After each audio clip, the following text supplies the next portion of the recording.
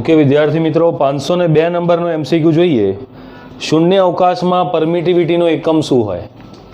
ઘણી બધી વાર પરીક્ષામાં પૂછાયેલો પ્રશ્ન. કુલોમ્બનો નિયમ 1/4πε0 અને અહીંથી લખાય Q1 Q2 by R square. પરમિટિવિટીને સૂત્રનો કરતા બનાવો તો Q1 Q2 છેદમાં 4πr² ઇન્ટુ એફ. એમાં 4π નો એકમ તો આપણે લેતા નથી, તો એકમ વિદ્યુતભાર ગુણ્યા વિદ્યુતભાર એટલે કુલમ્બનો સ્ક્વેર, બળનો થઈ જાય ન્યૂટન અને અંતરનો થઈ જાય મીટર સ્ક્વેર. તો કુલમ્બ પ્રતિ ન્યૂટન પ્રતિ મીટર સ્ક્વેર. એ ફોર અમદાવાદ એ તેની અંદર સાચો જવાબ આવે. ચલો 503 નંબરનો પ્રશ્ન જુઓ. તો 503 નંબરના પ્રશ્નમાં પૃથ્વીને પોતાની ધરીને અનુલક્ષીને એક પરિભ્રમણ કરતાં 24 કલાક લાગે છે. તો પૃથ્વી પરથી સૂર્યને જોતા તેની 1 ડિગ્રી શિફ્ટ માટે સમય કેટલો લાગે? હવે 24 કલાકમાં કેટલી શિફ્ટ થાય બોલો? એક પરિભ્રમણમાં શિફ્ટ કેટલી થાય? 300? યસ. તો 360 ડિગ્રીની શિફ્ટ માટે 24 કલાક, કલાકને 60 વડે ગુણું તો મિનિટ થઈ જાય, કારણ કે 4 ઓપ્શન મિનિટમાં છે. તો 360 ડિગ્રીના શિફ્ટ માટે આટલી મિનિટ લાગે. તો આપણને 1 ડિગ્રીની શિફ્ટ કીધી છે, તો 1 ડિગ્રીની શિફ્ટ માટે કેટલો સમય લાગે? તો ટી બરાબર થઈ જશે 24 ગુણ્યા 60 ભાગ્યા 360. તો અહીંથી આવે આ 6 અને અહીંથી આવે 4. તો ટી બરાબર 4 મિનિટ એ તેનો જવાબ આવે. તો 4 મિનિટ એટલે કયું ઓપ્શન દેખાય છે? 4 મિનિટ એટલે સી ઓપ્શન દેખાય છે. એટલે તમને ખબર પડે છે? બોલો, રેડી? ચાલો 504 નંબરનો પ્રશ્ન જુઓ. 504માં 1.55 વક્રી ભવનાંક ધરાવતા કાચમાંથી બંને સપાટીઓની વક્રતા ત્રિજ્યા સમાન હોય તેવો દ્વિબહિર્ગોળ લેન્સ બનાવવો હોય. જો 20 સેન્ટીમીટર કેન્દ્ર લંબાઈ મેળવવા માટે જરૂરી વક્રતા ત્રિજ્યા કેટલી હશે? તો આમાં આ લોકોએ કીધું છે કે આપણે એવો દ્વિબહિર્ગોળ લેન્સ બનાવવો છે કે જેની બંને બાજુની વક્રતા ત્રિજ્યા સરખી હોય. તો R1 બરાબર R2 બરાબર R. અને કેન્દ્ર લંબાઈ આ લોકોએ 20 સેન્ટીમીટર આપી દીધી છે. કેન્દ્ર લંબાઈ 20 સેન્ટીમીટર અને લેન્સના દ્રવ્યનો વક્રી ભવનાંક 1.55. લેન્સ મેકર ફોર્મ્યુલા સીધો વપરાશે, આઈડિયા તો આવી જ ગયો હશે. તો લેન્સ મેકર ફોર્મ્યુલા એટલે 1/f બરાબર n2/n1 -1 અને અહીંયા 1/r1 -1/r2 આ રીતે લખી શકાય. અચ્છા, n1 મેં તમને આ જ કોર્સમાં ઘણીવાર કીધું છે. n1 એટલે બેટા માધ્યમનો વક્રી ભવનાંક હોય, પણ અત્યારે તો કોઈ પ્રકારનું માધ્યમ છે નહીં, એટલે હવા માની લો, હવાનો વક્રી ભવનાંક 1 થઈ જાય. તો અહીંયા 1/20 n2, n2ની કિંમત છે 1.55 -1 કૌંસમાં. બોલો કેટલાને પેલું બ્રહ્માસ્ત્ર યાદ છે? 2 માંથી એક ત્રિજ્યા ધન લેવાની, એક ઋણ લેવાની અને બંને સરખી છે. તો આ 1/r માઇનસ, અહીંયા પણ -r મૂકો તો માઇનસ આ +r થઈ જશે. તો 1/20 બરાબર 1.55 -1, તો 0.55 ગુણ્યા 2/r થઈ જાય. તો 0.55 આ બધો તમે એનું ગુણાકાર કરશો તો તમને 22 સેન્ટીમીટર ત્રિજ્યા મળી જશે. તો 22 સેન્ટીમીટર એટલે એ ફોર અમદાવાદ એ તેનો સાચો જવાબ છે. આ પ્રકારના પ્રશ્નો બોર્ડની પરીક્ષામાં ઘણા પૂછાય છે, એટલે બિલકુલ પણ આની અંદર ભૂલ ના થવી જોઈએ. એક માર્ક્સ કરીને ઘણા બધા બેટા માર્ક્સ કપાય. આપણે એવી ભૂલો નથી કરવાની. શીખ્યા પછી તો ભૂલો બિલકુલ નથી કરવાની. 505 આપેલા પ્રકાશનો વેગ ખાલી જગ્યાને બદલવાથી બદલી શકાય છે. બોલો કોને આવડે છે? કંપ વિસ્તાર, આવૃત્તિ, તરંગ લંબાઈ કે માધ્યમ? તો n બરાબર c/v. તો જો તમારે વેગ બદલવો હોય તો n બદલવો પડે. n એટલે વક્રી ભવનાંક, અને વક્રી ભવનાંક હંમેશા કોઈ માધ્યમનો હોય. આનો મતલબ જો તમારે વેગ બદલવો હોય તો તમારે માધ્યમ બદલી કાઢવું પડે. માધ્યમ બદલી નાખશો તો વેગ બદલાઈ જશે ઓટોમેટિક. ચાલો 506 નંબરનો પ્રશ્ન જ્ઞાન આધારિત પ્રશ્ન છે, યાદ જ રાખવાનો છે. પ્રકાશના રેલે પ્રકીર્ણન માટે આલ્ફાનું મૂલ્ય કેટલું હોય? આ જનરલી નવી બુકની અંદર લોકો ઇગ્નોર કરે છે. તો રેલે પ્રકીર્ણન માટે જે આલ્ફાનું પરિમાણ હોય તે 1 કરતાં ઘણું નાનું હોય છે. આની અંદર તમારે કોઈ લોજિક નથી. આ એક ગોખવાનો એમસીક્યુ છે, તમારે યાદ રાખવું પડશે. 507 નંબરનો MCQ પણ ઘણી બધી વાર બોર્ડમાં આવી ગયો છે. અત્યારે આપણી સિરીઝમાં તો પહેલી વાર આવ્યો છે. 507.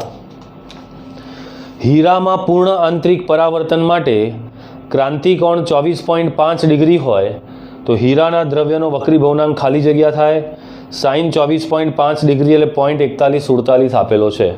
કોને આવડે છે ક્રાંતિકોણનું સૂત્ર? બોલો, કોઈ એક જણ તો બોલો. sin IC બરાબર યસ, sin IC બરાબર 1/n. ક્રાંતિકોણ આ લોકોએ આપી દીધો છે 24.5 ડિગ્રી બરાબર 1/n. તો આનાથી 0.4147 બરાબર 1/n. તો n બરાબર તમે 1/0.4147 કરશો તો તમને n ની કિંમત 2.41 મળશે. તો હીરાનો વક્રી ભવનાંક 2.41 લઈ શકાય. આ તેનો ફાઇનલ જવાબ આવે. ઓકે. 508 નંબરનો પ્રશ્ન, એ પણ સહેલો છે, સૂત્ર આધારિત છે. સૂત્ર હું તમારી પાસેથી એક્સપેક્ટ કરું છું, તમારે બોલવું પડશે. બે સ્લીટો વચ્ચેનું અંતર 1 મિલીમીટર અને પડદો તેનાથી 1 મીટર દૂર રાખવામાં આવેલ છે. 500 નેનોમીટર તરંગ લંબાઈનો બ્લુ ગ્રીન પ્રકાશ વાપરવામાં આવે તો સલાકાઓ વચ્ચેનું અંતર, બોલો શું સૂત્ર આવે સલાકાઓ વચ્ચેના અંતરનું? બીટા બરાબર lambda D by D. Lambda કેટલો આપેલો છે? તો લેમડા આપેલો છે 500 નેનો. તો નેનો એટલે 10⁻⁹. કેપિટલ ડી, તો કેપિટલ ડી 1 મીટર અને બે સ્લીટ વચ્ચેનું અંતર 1 mm એટલે 10⁻³ થાય. આને ઉકેલશો તો જવાબ 0.5 ગુણ્યા 10⁻³ મીટર આવશે, એટલે કે 0.5 મિલીમીટર એ તેનો ફાઇનલ જવાબ આવી જાય. ચાલો 509 નંબરનો પ્રશ્ન જોઈએ. 509 નંબરનો પ્રશ્ન મોસ્ટ ઇમ્પોર્ટન્ટનો ટીક માર્ક કરો. વિદ્યાર્થીઓ જનરલી આ સૂત્રને ઇગ્નોર કરીને જતા હોય છે અને માર્ક્સ ગુમાવે છે. ચાલો, 4 mm જેટલું અડચણ 400 નેનોમીટર તરંગ લંબાઈ માટે કેટલા અંતરે કિરણ પ્રકાશ વિજ્ઞાન સારી સનિગ્ધતા ધરાવતું હશે? મીન્સ કેટલા અંતર સુધી કિરણ પ્રકાશ શાસ્ત્ર વેલિડ હશે? એને આપણે ફ્રેનલ અંતર કહીએ છીએ. બોલો ફ્રેનલ અંતરનું સૂત્ર કોને આવડે છે? ZF બરાબર યસ d²/λ. આ સૂત્ર જનરલી કોઈને યાદ નથી હોતું. બહુ જ ઓછા વિદ્યાર્થીઓ આનો જવાબ આપી શકે. એટલે ટીક કરો કે આ પ્રશ્ન આપણે ફરીવાર જોઈને જઈશું. તો ડી કેટલો આપી દીધો છે? 4 mm. mm એટલે 10⁻³ અને લેમડા, તો લેમડા આપી દીધો છે 400 નેનો. નેનો એટલે 10⁻⁹ થઈ જાય. આનો ગુણોત્તર તમે લો એટલે 40 મીટર. આનો મતલબ 40 મીટર સુધી કિરણો સીધા માર્ગે ગતિ કરીને ગયેલા હશે. 510 નંબરનો પ્રશ્ન જોઈએ. શું છે 510? તો વ્યતિકરણ ઘટનાનું નિદર્શન કરવા માટે આપણે બે એવા ઉદ્ગમની જરૂર પડે કે જે ઉત્સર્જાતા વિકિરણની ખાલી જગ્યા. તો વ્યતિકરણનું જો તમારે અવલોકન કરવું હોય તો ઉદ્ગમો સુસંબદ્ધ હોવા જોઈએ. અને સુસંબદ્ધ ઉદ્ગમોની ઓળખ તો ઘણી બધી છે કે ભાઈ એ બંને ઉદ્ગમોમાંથી નીકળતા તરંગોની આવૃત્તિ સમાન હોવી જોઈએ, બંને એક જ દિશામાં ગતિ કરતા હોવા જોઈએ, બંને વચ્ચે કળાનો તફાવત યા તો 0 યા તો અચળ હોવું જોઈએ. તો કયું આની અંદર મેચ થાય છે? બોલો. આવૃત્તિ લગભગ સમાન હોય. બોલો શું કહેવા માંગો, સાચું કે ખોટું? આવૃત્તિ લગભગ સમાન હોય, એ ઓપ્શન. સમાન આવૃત્તિ હોય, બી ઓપ્શન. જુદી જુદી તરંગ લંબાઈ હોય, સમાન આવૃત્તિ અને ચોક્કસ કળા તફાવત હોય. બોલો કયું ઓપ્શન આવશે આમાં? ડી, કે ભાઈ આવૃત્તિ સમાન હોવી જોઈએ અને કળાનો તફાવત બંને વચ્ચે ચોક્કસ હોવો જોઈએ, અચળ હોવો જોઈએ. એટલે ડી ઓપ્શન એ તેનો સાચો જવાબ આવશે. ડી. ચલો 511 નંબરનો પ્રશ્ન જુઓ. 12 સેન્ટીમીટર વ્યાસવાળા ટેલિસ્કોપ માટે 6000 એંગસ્ટ્રોમના પ્રકાશ માટે કોણીય વિભેદન ખાલી જગ્યાના ક્રમનું હોય. હવે આ જે પ્રશ્ન છે તે વાસ્તવિકતામાં આ વર્ષે તમારા સિલેબસમાં નથી. ટેલિસ્કોપનું કોણીય વિભેદન, તો કોણીય વિભેદન જે હોય, કોણીય વિભેદનનું સૂત્ર 1.22 લેમડા છેદમાં કેપિટલ ડી હોય છે. તો 1.22 ગુણ્યા લેમડા તમને આપી દીધો છે 6000 એંગસ્ટ્રોમ. 6000 એંગસ્ટ્રોમ એટલે 6000 ગુણ્યા 10⁻10. અને ડી એટલે વ્યાસ 12 સેન્ટીમીટર, સેન્ટીમીટર એટલે 12 ગુણ્યા 10⁻2 મીટર થાય. તો બસ આને તમે ઉકેલી નાખજો. ઉકેલીને જે તમારો જવાબ આવતો હોય એ તમારો ફાઇનલ જવાબ હશે. આ વર્ષે તમારા સિલેબસમાં નથી. ઉપરવાળાને તમે 12 જેવું ગણી શકો છો, તો આ 12 થી 12 કેન્સલ થઈ જશે અને બાકી તમારે ગણતરી કરી લેવાની છે. જે તમારો જવાબ આની અંદર ફિટ થતો હોય એ ક્રમનું તમારું હશે. 512. જો પ્રકાશના પરાવર્તન દ્વારા ધ્રુવીભવન થતું હોય તો પરાવર્તિત પ્રકાશ અને વક્રીભૂત પ્રકાશ વચ્ચેનો ખૂણો કેટલો થાય? આ ટોપિક બી આ વર્ષે તમારા સિલેબસમાં નથી, આ વર્ષ પૂરતો. પણ ક્રેશ કોર્સ વાળા વિદ્યાર્થીઓને જવાબ ખબર છે. શું જવાબ છે ભાઈ, બોલો? શું જવાબ આવે આની અંદર? ધ્રુવીભૂત હોય, પરાવર્તિત પ્રકાશ જો સંપૂર્ણ ધ્રુવીભૂત હોય તો પરાવર્તિત પ્રકાશ અને વક્રીભૂત પ્રકાશ વચ્ચેનો ખૂણો 90 ડિગ્રી થઈ જાય. આ બ્રુસ્ટરનો નિયમ છે, આપણે ચર્ચામાં લઈ ચૂકેલા છીએ. બ્રુસ્ટર. ચલો 513 નંબરનો પ્રશ્ન જોઈએ. 513. તો 513માં 100 વોલ્ટના વિદ્યુત સ્થિતિમાનના તફાવત હેઠળ પ્રવેગિત થયેલા ઇલેક્ટ્રોન સાથે સંકળાયેલી ડી બ્રોગલી તરંગ લંબાઈ. ભાઈ હવે તો યાદ હશે કે નહીં હોય? કોને આવડે છે ઇલેક્ટ્રોન સાથે સંકળાયેલી ડી બ્રોગલી તરંગ લંબાઈનું સૂત્ર? બોલો. લેમ્બડા બરાબર 12.27 એંગસ્ટ્રોમ છેદમાં √v. જો તમને લોકોને આ બધું યાદ નથી તો ભૂલી જવાનું કે તમારાથી પ્રશ્ન સોલ્વ થાય. તો જો નેનોમીટરમાં લખવું હોય, છેદમાં વોલ્ટેજ તમને 100 આપી દીધા છે, તો આ થઈ જશે નેનોમીટર. આ એક બિંદુ, એક દશાંશ ચિહ્ન ડાબી બાજુ ખસેડો તો નેનોમીટર થઈ જાય. અને 100નું વર્ગમૂળ કેટલું થઈ જાય? 10. તો ઉપરવાળા આંકડાને 10 વડે ભાગો તો 0.1227 નેનોમીટર તે ઇલેક્ટ્રોન સાથે સંકળાયેલી તરંગ લંબાઈ હશે. એટલે કે એ ઓપ્શન એ તેનો સાચો જવાબ છે. હા કે ના? બોલો ભાઈ, ખબર પડી કે નહીં? બોલો જલ્દી, બોલો. ચાલો 514. 66 ઇલેક્ટ્રોન વોલ્ટની ઉર્જા ધરાવતા ફોટોનની આવૃત્તિ ખાલી જગ્યા હોય તો લોલીપોપ પ્રશ્ન છે. આપણી પાસે ફોટોનની ઉર્જાનું સૂત્ર છે E બરાબર hf. તો F બરાબર શું થઈ જાય? F બરાબર E/h થાય. E કેટલો આપી દીધો છે? E આપી દીધો છે 66 EV. 66 EV. EV એટલે 1.6 ગુણ્યા 10⁻19 અને h પ્લાન્કનો અચળાંક તમને બાજુમાં આપેલો જ છે, એક્ઝેક્ટ એજ લેવો પડશે. 6.6 ગુણ્યા 10⁻34. આને ઉકેલજો તો 16 ગુણ્યા 10⁻15 હર્ટ્ઝ જવાબ આવશે. તો 16 ગુણ્યા 10⁻15 હર્ટ્ઝ એવો કોઈ ઓપ્શન તમને દેખાતું નથી.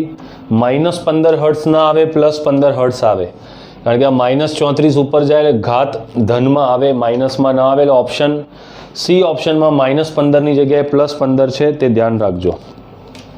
ચાલો 515 નંબરનો MCQ જુઓ. 515. ઇલેક્ટ્રોનનો વેગ વધારવા માટે ડી બ્રોગલી તરંગ લંબાઈ શું કરવી પડે? બોલો. આ તો જવાબ આપી દો મારા હિન્દુસ્તાનના તારલાઓ. h/mv. આ લોકોએ શું કીધું છે? વેગ વધારવો હોય તો ડી બ્રોગલી તરંગ લંબાઈ. બોલો. આ વેગ વધારવો હોય તો ડી બ્રોગલી તરંગ લંબાઈ શું કરવી પડે? ઘટશે. એટલે બી ફોર બોમ્બે એ તેનો સાચો જવાબ આવે. 516 નંબરનો પ્રશ્ન, one of the best MCQ for all exam. Board exam, GUJCET exam, NEET exam. હા, જેઈમાં કદાચ ના પૂછે આટલું સહેલું, પણ મોડર્ન ફિઝિક્સની અંદર તો ભાઈ જેઈની અંદર પણ એટલું કંઈ ખાસ ઉખાડી નહીં લેતા એ લોકો. હાઇડ્રોજન પરમાણુ માટે ઇલેક્ટ્રોનની પ્રથમ ઉત્તેજિત અવસ્થા અને ધરા સ્થિતિની કક્ષાઓના ક્ષેત્રફળનો ગુણોત્તર ખાલી જગ્યા હોય છે. ક્ષેત્રફળનો ગુણોત્તર, પ્રશ્ન ત્રિજ્યાઓનો નહીં, ક્ષેત્રફળનો ગુણોત્તર. પણ તમને લોકોને ત્રિજ્યાનું સૂત્ર ખબર હશે. બોલો. ત્રિજ્યાનું સૂત્ર શું હોય? nમી કક્ષાની જે ત્રિજ્યા હોય તે n² ગણી હોય ધરા સ્થિતિની ત્રિજ્યાથી. ધરા સ્થિતિની ત્રિજ્યાથી. આ વસ્તુ તો ભાઈ આપણે આપણા NCERTના વિડીયો લેક્ચરમાં મસ્ત મજાનું ડિસ્કશનમાં લઈ ચૂકેલા છીએ પરફેક્ટલી બધું જ, કે nમી કક્ષાની ત્રિજ્યા તે ધરા સ્થિતિની ત્રિજ્યાથી n² ગણી હોય છે. અચ્છા, હવે આ લોકોએ કઈ કીધી છે? પ્રથમ ઉત્તેજિત અવસ્થા અને ધરા સ્થિતિ. ધરા સ્થિતિ એટલે n બરાબર 1. તો આપણે એક કામ કરીએ, n બરાબર 1 માટે અહીંયા 1 જ મૂકી દઈએ ને, 0 મૂકવાની જરૂર નથી. તો n બરાબર 1 મૂકી દઈએ અહીંયા, તો r1 એ આપણી ધરા સ્થિતિની ત્રિજ્યા થઈ જાય અને આ થઈ જાય આપણે કોઈ પણ nમી કક્ષાની ત્રિજ્યા થઈ જાય. તો ચલો ધરા સ્થિતિ માટે, તો ધરા સ્થિતિ માટે આપણે r1, તો ધરા સ્થિતિ માટે n બરાબર 1 થાય, અહીંયા 1 નો વર્ગ 1 એટલે r1 બરાબર અહીંયા r1 જ થઈ જશે, r1 બરાબર r1 થઈ જશે. અને r1 ની કિંમત આપણને અહીંયા આગળ આપેલી નથી, એ ગુણોત્તરમાં ઉડી જશે. ચલો પ્રથમ ઉત્તેજિત અવસ્થા માટે, પ્રથમ ઉત્તેજિત અવસ્થા માટે બોલો n કેટલો લેવાનો? પ્રથમ ઉત્તેજિત અવસ્થા માટે યસ, તો n બરાબર 2 લઈએ તો તે કિસ્સામાં r2 બરાબર 2 નો વર્ગ 4 ગુણ્યા r1 થાય, 4 ગુણ્યા r1. હવે જો અહીંયા ગુણોત્તર લઈએ આપણે r2 બાય r1, તો r2 બાય r1 કરીએ તો ત્યાં 4 બચે છે. આપણે ક્ષેત્રફળ પર પહોંચવાનું છે, ક્ષેત્રફળ. તો એક કામ કરો, વર્ગ કરી દો r2 સ્ક્વેર છેદમાં r1 સ્ક્વેર, તો અહીંયા થઈ જશે 16 ભાગ્યા 1. હવે આપણે જે પરમાણુ છે તે પરમાણુને એક ગોળા જેવો આકાર માની લઈએ, તો 4π વડે ઉપર ગુણો, 4π વડે નીચે ગુણો, તો 4π r2 સ્ક્વેર નીચે 4π r1 સ્ક્વેર બરાબર 16/1, અને આ 4π r સ્ક્વેર એક ક્ષેત્રફળ થશે a2, આ થશે a1 બરાબર 16/1. તો 16/1 એ તેનો સાચો જવાબ આવે. સારો પ્રશ્ન કહેવાય, આપણા માર્ક્સ આવા પ્રશ્નમાં બિલકુલ જાય. 16/1 એટલે એ ફોર અમદાવાદ એ તેનો સાચો જવાબ છે. ટૂંકમાં ક્ષેત્રફળ પર પહોંચવા માટે ત્રિજ્યા પર પહોંચવું પડે, અને ત્રિજ્યાનો આપણો આ સંબંધ, અનેરો સંબંધ આપણી પાસે છે જ. બોલો ભાઈ, ક્લિયર થઈ ગયું? હા કે ના બોલી તો જલ્દી, મસ્ત મજાની. ચલ યસ, ભૂલ ના કરતા, આવા પ્રશ્નમાં ગભરાઈ ના જતા કે ક્ષેત્રફળનો ગુણોત્તર પૂછ્યો તો બાપા શું કરીએ, કશું કરવાનું નથી. ત્રિજ્યાનો ગુણોત્તર પર પહોંચો, આવી જાય. 517 રીડબર્ગ અચળાંકનું મૂલ્ય 10⁷ મીટર ઇન્વર્સ છે. તો હાઇડ્રોજન વર્ણપટની બામર શ્રેણીની અંતિમ રેખાની તરંગ સંખ્યા કેટલી હશે? તરંગ સંખ્યા બોલો, તરંગ સંખ્યા એટલે લેમડા કે 1/λ? યસ, તો 1/λ બરાબર r કૌંસમાં કઈ શ્રેણી કીધી છે? બામર. બોલો બામર માટે સંક્રાંતિ કઈ કક્ષામાં થાય? બીજીમાં. અને કઈ કીધી છે? અંતિમ રેખા. અંતિમ, તો અંતિમ રેખા માટે ઇલેક્ટ્રોનની સંક્રાંતિ ઇન્ફિનિટી કક્ષામાંથી બીજી કક્ષામાં થશે. જો પહેલી રેખા કીધી હોત ને, પહેલી રેખા, તો 3માંથી 2માં, બીજી રેખા કીધી હોત તો 4માંથી 2માં, ત્રીજી રેખા કીધી હોત તો 5માંથી 2માં, ચોથી કીધી હોત તો 6માંથી 2માં, પણ અંતિમ કીધી છે એટલે ઇન્ફિનિટીમાંથી 2માં આવે. That's it. તો આ થઈ જશે 1/λ બરાબર r છેદમાં 2 નો વર્ગ 4, કારણ કે 1/∞ તો 0 થઈ જાય.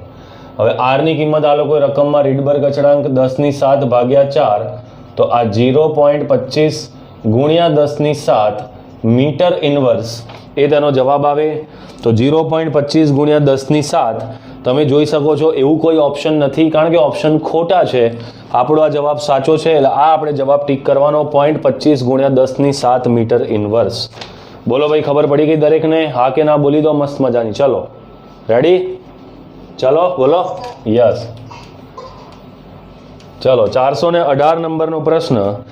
હાઇડ્રોજન પરમાણુની દ્વિતીય કક્ષામાં રહેલા ઇલેક્ટ્રોનની રેખીય વેગમાનની ચાક માત્રા કેટલી થાય? બોલો, કોને આવડે છે? રેખીય વેગમાનની ચાક માત્રાને શું કહેવાય? અલા, રેખીય વેગમાનની ચાક માત્રાને કહેવાય શું? કોણીય વેગમાન કહેવાય. અને કોણીય વેગમાનનું સૂત્ર આપણને ખબર છે, nh/2π. mvr બરાબર nh/2π. કઈ કક્ષા કીધી છે? દ્વિતીય. તો n ની કિંમત 2 મૂકી દો, તો 2h છેદમાં 2π, 2 થી 2 છમછમાછમ, તો જવાબ આવશે h/π. તો h/π એટલે b ફોર બોમ્બે એ તેનો સાચો જવાબ છે. ચલો 519 નંબરના પ્રશ્નનો જવાબ આપવાનો છે. જોઈએ શું થાય છે 519 ની અંદર. તો 519 ની અંદર 10 ગ્રામ દ્રવ્યને સમતુલ્ય ઉર્જા ખાલી જગ્યા થાય. દળને સમતુલ્ય ઉર્જા એટલે આઇન્સ્ટાઈનનું જ સમીકરણ આવે, E બરાબર mc². કેટલું કીધું છે? 10 ગ્રામ. ગ્રામને કિલોગ્રામમાં કન્વર્ટ કરો તો 10 ગુણ્યા 10⁻³ અને c એટલે 3 ગુણ્યા 10⁸ નો વર્ગ થઈ જાય. બસ આને ઉકેલી દેજો તો તમને 9 ગુણ્યા 10 14 જૂલની આજુબાજુ જવાબ મળી જશે. 9 ગુણ્યા 10 14 જૂલ, તો 9 ગુણ્યા 10 14 જૂલ એટલે ડી ઓપ્શન એ તેનો સાચો જવાબ છે, ડી. ભાઈ 520 નંબરના પ્રશ્નને તમે લોકો અગરબત્તી કરીને સાચવીને શોકેસમાં મૂકી દો. બોર્ડની પરીક્ષામાં પૂછાય જ છે આવા પ્રશ્નો. જોઈએ તમારામાંથી કેટલાને યાદ છે. નીચેનામાંથી કયો પદાર્થ મોડરેટર તરીકે વપરાતો નથી? બોલો, ગ્રેફાઇટ, ભારે પાણી, બેરેલિયમ કે પ્રવાહી સોડિયમ ધાતુ? બોલો. યસ, પ્રવાહી સોડિયમ ધાતુ મોડરેટર તરીકે ન વપરાય. પ્રવાહી સોડિયમ ધાતુ શીતક તરીકે વપરાય. શીતક એટલે પેલા ન્યુક્લિયર રિએક્ટરમાં પેલી પાઇપો જે ગરમ થઈ ગઈ હોય, 10⁷ સુધી જે તાપમાન જતું રહ્યું હોય, તેને ઠંડુ પાડવા માટે આપણે નળીઓની અંદર આ સોડિયમ ધાતુને શીતક તરીકે પસાર કરી તેને ઠંડુ પાડતા હોઈએ છીએ. 520 નંબર મોસ્ટ ઇમ્પોર્ટન્ટ MCQ ભાઈ મારા મતે, કારણ કે હું તો એને આટલા વર્ષોમાં કેટલી બધી વાર બોર્ડમાં જોઈ ચૂકેલો છું. 524 અગેન ઇમ્પોર્ટન્ટ. રેડિયો એક્ટિવ તત્વના નમૂનાનું દળ 15 મિનિટમાં 8મા ભાગનું વિભંજન પામે છે, તો બોલો તેનો અર્ધ આયુ સમય કેટલો હશે? બોલો, કઈ રીતે શોધાય? કઈ રીતે શોધશો? નમૂનાનું દળ 15 મિનિટમાં 8મા ભાગનું થઈ જાય તો આપણે તેનો અર્ધ આયુ સમય શોધવાનો છે. નીકળી ગઈ હવા? તો આ લોકો કહે છે કે અંતિમ દળ તે પ્રારંભિક દળથી 8મા ભાગનું થઈ જવું જોઈએ. અને તમને યાદ હોય તો થિયરીની અંદર મેં તમને ચોખ્ખું જ કીધું હતું, અવિભંજિત ન્યુક્લિયસની સંખ્યાનો જે સંબંધ છે તે જ સંબંધ એક્ટિવિટીનો છે અને તે જ સંબંધ દળનો પણ છે. 3 મેં એક સાથે થિયરી લેક્ચર્સની અંદર શીખવાડેલા છે. તો n બરાબર n0 ભાગ્યા 8 એટલે દળનો પણ આ જ સંબંધ આવે અને એક્ટિવિટીમાં પણ આ જ સંબંધ આવે. 3 સરખો જ સંબંધ આવે. તો આના પરથી તમને જુઓ કે n/n0 બરાબર 1/8 થઈ જશે અને 1/8 એટલે 2/3 થાય. પણ મેં તમને લોકોને સૂત્ર અલગથી શીખવાડ્યું છે થિયરીની અંદર કે n/n0 ને 1/2n લખી શકાય. તો અહીંયા થશે 2/3, તો n બરાબર 3 આવી ગયા. તો n બરાબર 3 આવી ગયા તો એનાથી જવાબ થોડી આવી ગયો છે, આ જવાબ નથી. હવે આના પછી સૂત્ર મેં શીખવાડ્યું હતું કે કુલ સમય જે હોય તે અર્ધ આયુ સમયથી n ગણો હોય છે, n ગણો હોય છે. તો આ લોકોએ કુલ સમય કેટલું કીધું છે? આખી ઘટના 15 મિનિટમાં થાય છે. તો 15 મિનિટ, n ની કિંમત 3 ઇન્ટુ થઈ જશે અર્ધ આયુ સમય. તો અર્ધ આયુ સમય 15/3 એટલે કે 5 મિનિટ એ તેનો અર્ધ આયુ સમય છે. 5 મિનિટ એ તેનો અર્ધ આયુ સમય છે. મને એવું લાગે તમને લોકોને ખબર પડી ગઈ. રેડી? આવડશે? અલા બોલો. યસ. આ બધા સૂત્રો ફિંગર ટિપ્સ પર હોય તો મજા આવે MCQ સોલ્વ કરવાની. બાકી એવરેજ 20 થી 25 માર્ક્સ ગણવાના. બધા સૂત્રો પાવરફુલ છે તો 40 થી 45 અને ખૂણેથી ખૂણે વાંચેલું છે તો 45 ઉપર જશો. 522 નીચેનામાંથી કઈ આકૃતિ NA એન્ડ ગેટ દર્શાવે છે? કોને આવડે છે NA એન્ડ ગેટ એટલે શું હોય? તો નંદ ગેટમાં પહેલા એન્ડ ગેટ હોય અને એન્ડ ગેટની આગળ નોટ ગેટ હોય. તો આ હોય બેટા આપણો એન્ડ ગેટ અને વત્તા આ હોય નોટ ગેટ. આ બંનેનું મિશ્રણ આપણો નંદ ગેટ કહેવાય. કઈ આકૃતિ દેખાય છે તમને એવી? A ફોર અમદાવાદ એ સાચો જવાબ આવે. A ફોર અમદાવાદ એ તેનો સાચો જવાબ છે. ચલો 523 નંબરનો પ્રશ્ન જુઓ. શુદ્ધ સિલિકોન, પતી ગઈ વાત. શુદ્ધ સિલિકોન એટલે કોઈ પણ પ્રકારની અશુદ્ધિ નથી, એટલે Ne બરાબર NH હોય. શુદ્ધ સિલિકોનના સ્ફટિકમાં 300 કેલ્વિન તાપમાને Ni ની સંખ્યા 10⁻16 છે. અને ભાઈ શુદ્ધ સિલિકોનની અંદર Ni જે હોય એ જ Ne હોય અને એ જ NH હોય, કારણ કે સરખા હોય. 10⁻16 પ્રતિ મીટર ક્યુબ આપેલું છે. ફોસ્ફરસના 10⁻21 પરમાણુઓ પ્રતિ ઘન મીટરે ઉમેરવામાં આવે તો નવા હોલની સંખ્યા ખાલી જગ્યા પ્રતિ મીટર ક્યુબ થશે. બોલો, ફોસ્ફરસ એ કઈ અશુદ્ધિ કહેવાય? પેન્ટાવેલેન્ટ કહેવાય કે ટ્રાયવેલેન્ટ કહેવાય? યસ. તો પેન્ટાવેલેન્ટ અશુદ્ધિ ઉમેરીએ તો અર્ધવાહક N પ્રકારનો બને કે P પ્રકારનો બને? યસ, N પ્રકાર. જેની તૈયારી છે એની બહુ સારી તૈયારી છે. તો આની અંદર આપણે શું કરવાનું કીધું છે કે 10⁻21 પરમાણુઓ પ્રતિ ઘન મીટરે ઉમેરવામાં આવે તો હોલની સંખ્યા આપણે શોધીને આલવાની છે. તો આ પેન્ટાવેલેન્ટ બને. આપણી પાસે એક સૂત્ર સીધું છે Ni² બરાબર Ne ઇન્ટુ NH. આ એક સંબંધ હોય છે. આના પરથી જો તમે NH શોધી લો તો NH બરાબર Ni² છેદમાં થઈ જાય Ne. Ni કેટલો આપ્યો છે તો Ni તમને લોકોને ઉપર આપી દીધો છે. કેટલો? 10⁻16 નો વર્ગ છેદમાં Ne એટલે તમે જે બહારથી ફોસ્ફરસ ઉમેરી રહ્યા છો તેની સંખ્યા. તો 10⁻21 પરમાણુઓ ઉમેરો છો. એક પરમાણુ 1 ઇલેક્ટ્રોનનું દાન કરે તો 10⁻21 પરમાણુ કેટલા ઇલેક્ટ્રોનનું દાન કરે? 10⁻21. તો અહીંયા 10⁻21 આવી જશે. બસ આને ઉકેલી દો તો 10⁻11 પ્રતિ મીટર ક્યુબ એ તેનો જવાબ આવી જશે. 11 પ્રતિ મીટર ક્યુબ. કારણ કે આ 16 × 32, 32માંથી 21 જશે તો 32માંથી 21 જાય એટલે 11 પ્રતિ મીટર ક્યુબ. એટલે સી ઓપ્શન એ તેનો સાચો જવાબ છે. 524 નંબરનો પ્રશ્ન હું ફરીવાર હવે બોલવામાં કંટાળ્યો છું. આ જ લેક્ચરની અંદર પહેલો કે બીજો જ પ્રશ્ન હતો. પરમિટિવિટીનો SI એકમ શું થાય જાતે ગણી લેવાનો.